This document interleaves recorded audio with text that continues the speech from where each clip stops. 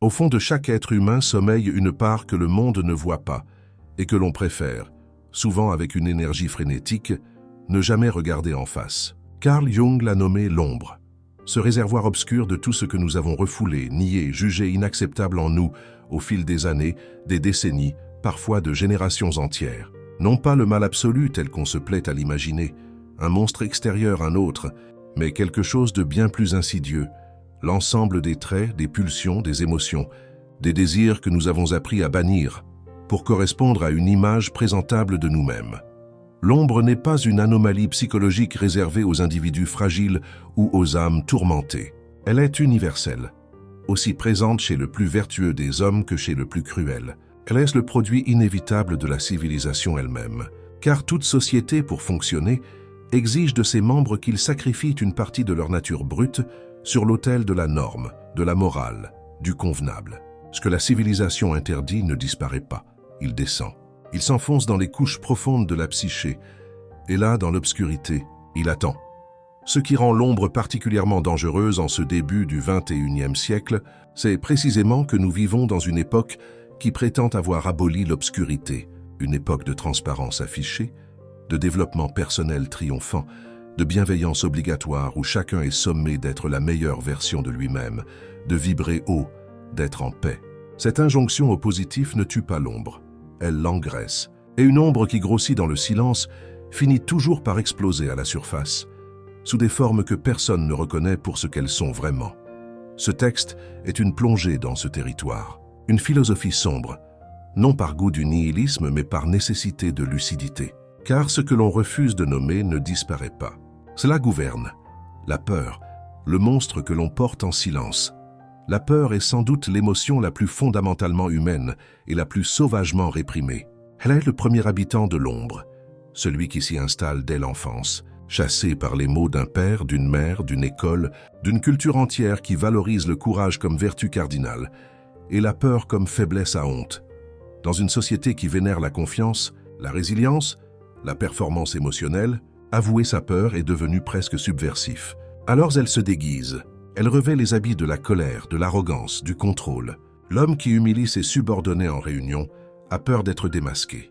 La femme qui sabote silencieusement la relation de son ami a peur d'être abandonnée. Le chef d'État qui écrase la liberté de la presse a peur que la vérité le détruise. Le danger individuel est celui de la paralysie déguisée en rationalité. La personne qui enterre ses peurs ne les surmonte pas.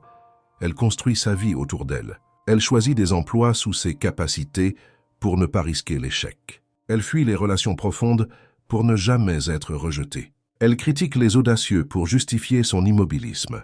La peur dans l'ombre ne protège pas, elle rétrécit. Elle transforme lentement une existence en une prison dont les barreaux sont invisibles parce qu'ils sont intérieurs. Le danger social est bien plus spectaculaire et bien plus meurtrier. Les grands mouvements de violence collective, le fascisme, les pogroms, les chasses aux sorcières modernes, sont fondamentalement alimentés par la peur collective projetée sur un bouc émissaire. Hitler n'a pas inventé la haine des Juifs. Il a capturé la peur de tout un peuple humilié par la défaite de 1918 et la pauvreté de Weimar, et l'a canalisé vers une cible. Ce mécanisme n'appartient pas au passé. Aujourd'hui, les discours de haine en ligne, les paniques morales, les mouvements populistes qui prospèrent sur la désignation d'un ennemi fonctionnent selon le même schéma jungien exact, une peur collective non reconnue, cherchant une forme dans l'ombre, trouvant un visage à détester. La peur enfouie ne meurt pas. Elle cherche un coupable, la jalousie, l'acide qui ronge de l'intérieur. La jalousie est l'une des émotions les plus universellement niées parce qu'elle est l'une des plus profondément honteuses dans l'imaginaire moral occidental. Admettre sa jalousie, c'est admettre que le bonheur de l'autre nous blesse, ce qui contredit l'image que nous voulons donner d'un être généreux, accompli, au-dessus de ses bassesses. Alors elle s'installe dans l'ombre. Et dans l'ombre, la jalousie ne reste pas passive. Elle travaille. Elle ressort sous forme de dépréciation subtile, le oui mais systématique face au succès des autres. Elle se manifeste dans le sabotage inconscient, l'ami qui oublie de mentionner votre projet à quelqu'un d'influent, le collègue qui, sans jamais rien dire ouvertement, sème juste assez de doutes pour que votre promotion soit retardée. Dans les familles, la jalousie refoulée entre frères et sœurs peut structurer des dynamiques entières sur des décennies, rivalité non dite, comparaison constante, blessure jamais nommée qui empoisonne les réunions de Noël 30 ans après. Le danger individuel est celui de la stagnation par comparaison. L'être rongé par une jalousie qu'il ne reconnaît pas passe sa vie à mesurer la sienne à celle des autres, plutôt qu'à construire la sienne. Il souffre non pas de ses propres manques objectifs, mais du succès des autres. Il ne sait plus ce qu'il désire vraiment, il désire ce que l'autre a. Cette confusion est tragique. Elle coupe l'individu de ses propres aspirations authentiques, de son propre chemin, pour l'enchaîner à une course qu'il n'a pas choisie et qu'il ne peut pas gagner, puisque le but change à chaque fois qu'un autre réussit. Le danger social est celui de la médiocratie institutionnalisée. Dans les organisations où la jalousie est culturellement refoulée, jamais nommée, jamais traitée, les individus les plus talentueux sont systématiquement freinés par ceux qui les entourent. Ce phénomène, connu sous le nom de crabe dans le seau, est une manifestation collective de l'ombre jalouse. Il explique en partie pourquoi tant de sociétés bloquent leurs innovateurs, pourquoi tant de cultures punissent l'excellence individuelle, pourquoi le génie dérange avant d'être vénéré, souvent après la mort. À l'échelle nationale, la jalousie collective entre peuples a alimenté des guerres. La rivalité franco-allemande du XIXe siècle, les tensions entre nations émergentes et puissances établies, la rancœur du Sud global envers l'Occident enrichi, tout cela contient une part d'ombre jalouse historique, jamais entièrement digérée, qui ressurgit dans des négociations tendues, des refus de coopération, des alliances contre nature. Jung nous dit « La jalousie non intégrée ne détruit pas celui que vous enviez. Elle vous détruit, vous. La honte, l'architecte silencieuse de l'ombre. Si la peur est le premier habitant de l'ombre et la jalousie son acide, la honte en est l'architecte.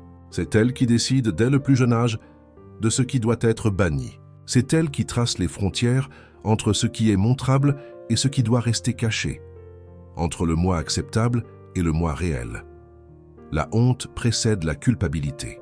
La culpabilité dit « j'ai fait quelque chose de mal ». La honte dit « je suis quelque chose de mal ». Cette distinction est capitale.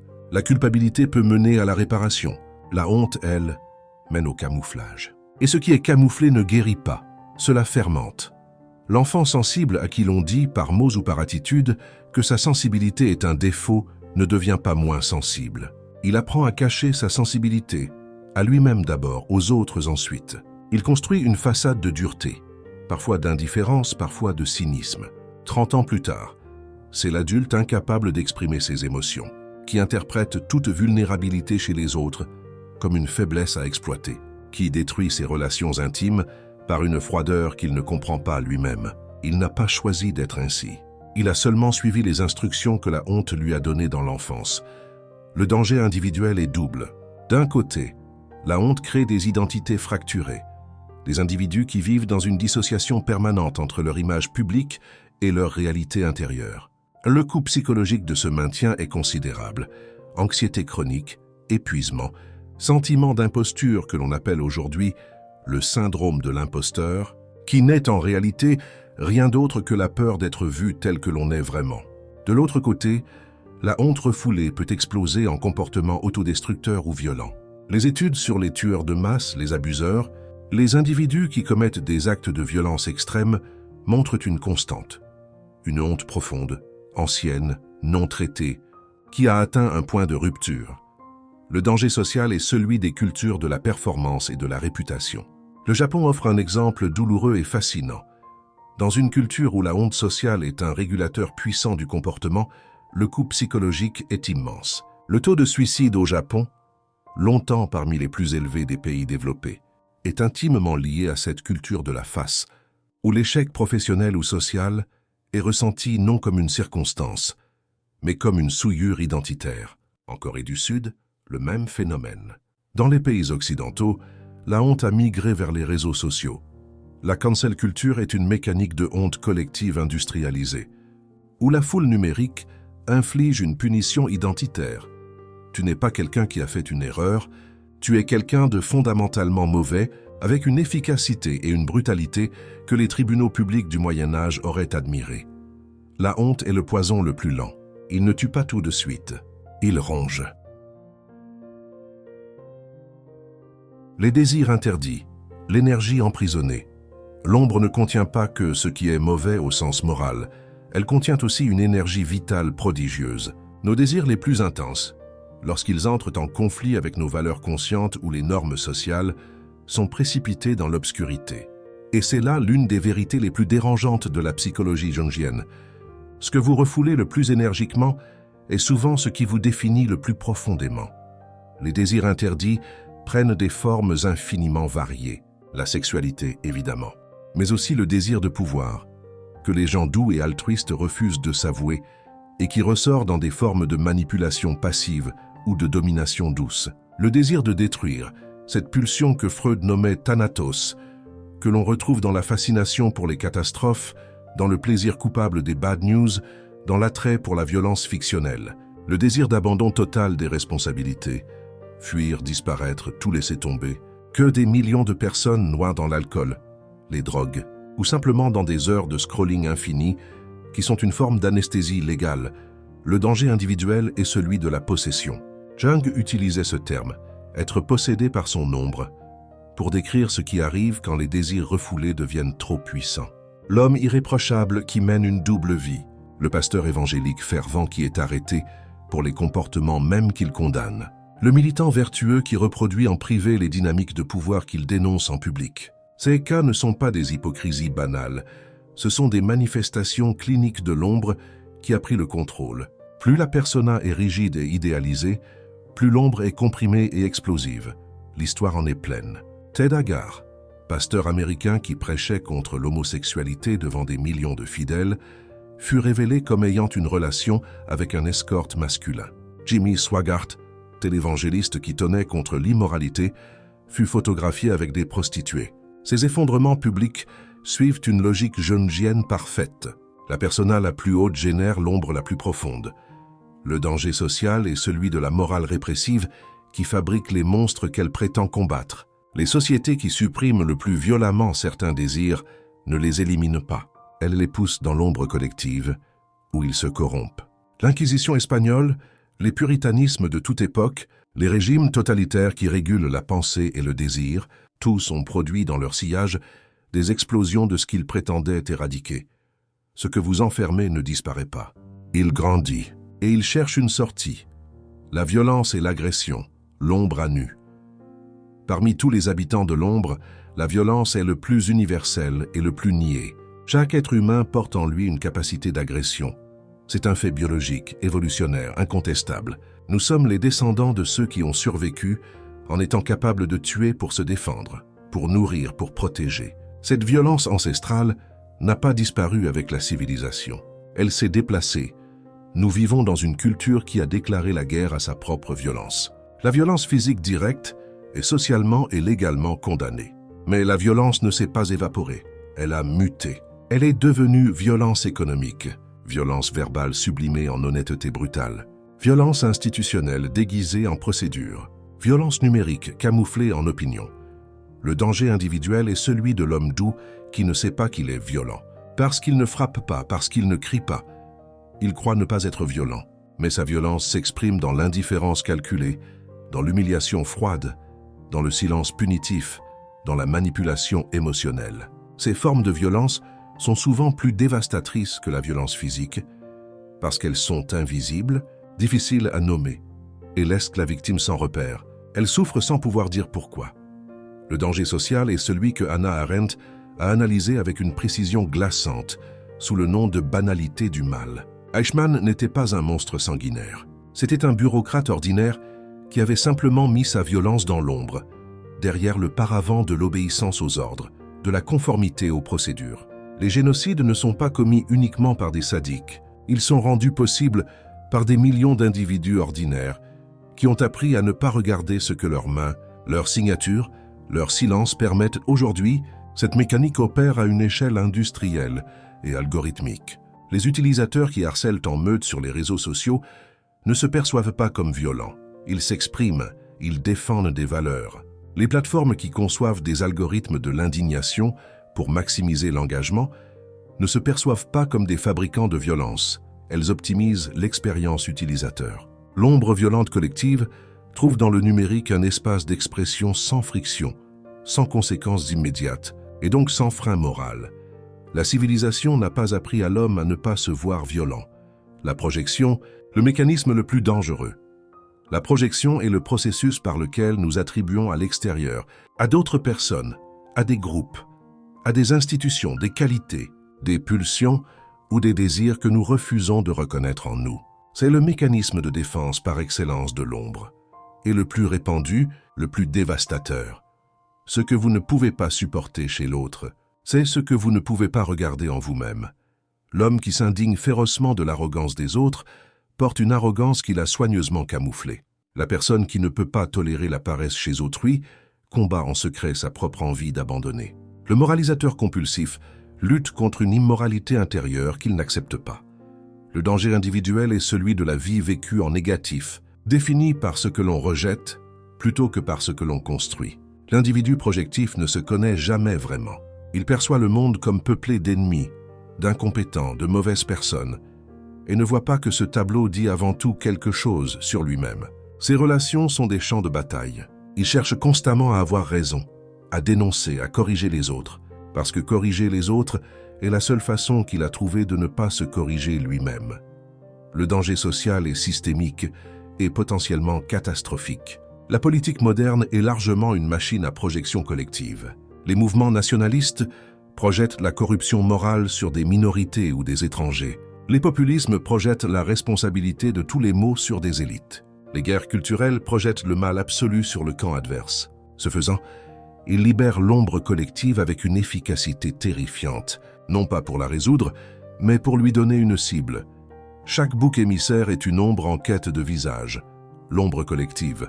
Quand une société devient son propre monstre, au-delà de l'ombre individuelle, Jung a postulé l'existence d'une ombre collective, une psyché partagée, un inconscient qui appartient non pas à un individu, mais à un groupe, une culture, une civilisation entière. Cette idée est peut-être la plus troublante de toute son œuvre et la plus pertinente pour comprendre le monde contemporain.